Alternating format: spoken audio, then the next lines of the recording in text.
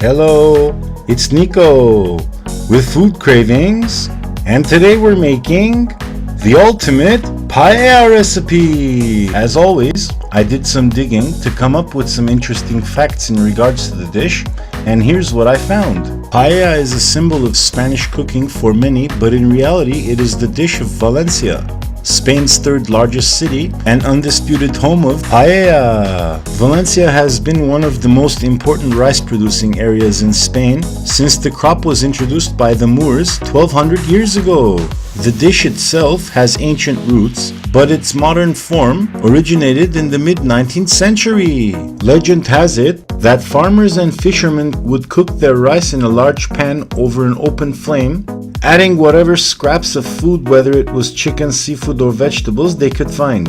Now, paella is the generic name of 200 or so distinctive dishes or arroses from the Valencia region, let alone other parts of Spain and the rest of the world. To this day, a true paella valenciana has no seafood but a mixture of chicken, rabbit, and snails with green and white beans. So for this recipe, since I couldn't find rabbit or sea snails, I decided to put my take on it with what I call the ultimate paella recipe. Let's get started. In a separate bowl I have some chicken thighs marinating overnight, which I've brought out of the refrigerator.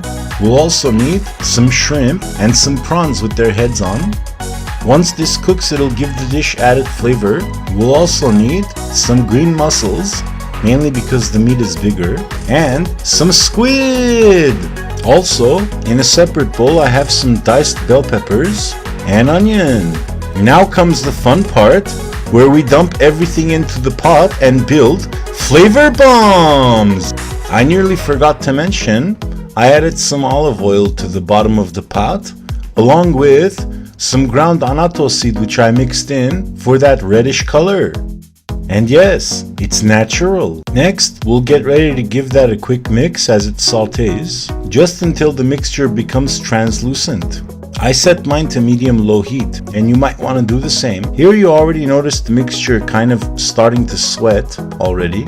And in comes the paprika and sea salt. So then we decided to give it another stir. Quick pro tip here, adding some salt to vegetables will make them sweat out a little bit so that you'll draw out some moisture during the cooking process. Next, I was on a quest for some herbs and came back with some thyme. Not that kind of thyme, the other kind of thyme. So while this keeps simmering, we'll go ahead and give it a stir so that the herbs we just added in are evenly incorporated. And you decide when this is done by eyeballing it and observing the shape of the vegetables. If they're too soft, you've gone too far, and so on. And as you have observed, our next step involves working the rice, just rinsing it here about 2 to 3 times to make sure the excess starch is gone and that the kernels don't stick during cooking. Next, what we'll do is drain the rice, and you'll want to do this about 3 to 4 times. I've done it the most about 7 times to ensure that the rice comes out fluffy.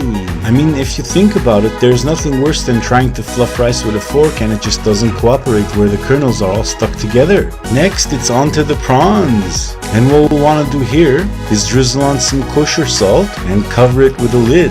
Then partially steam them. Next, we'll add the rice and stock to the pepper and onion mixture. What we'll do next is make some saffron water by adding some warm water to saffron threads like so. And here I'll show you again in case you missed it. And you'll want to make sure to give this a mix in order to incorporate better. In case nobody's told you before, this is how you get rice to turn yellow. Pro tip here, and the more saffron threads you do add to the water, the deeper the yellow color. Or you could just add turmeric. In the meantime, we notice our prawns boiled nicely and made us some stock, so we strained that into a separate container. And I found that fat skimmers work so much better than strainers for this type of job, so I used one. Notice how all the foam is on top. Back to our pot. So we've added the chicken stock, the rice, the peppers and onion mixture, the prawns, and everything else. And now it's time to drizzle in the shrimp stock. In a separate pot, we'll go ahead and dump in the chicken thighs so that we could saute them partially before adding them to the rice mixture. Once that continues to saute,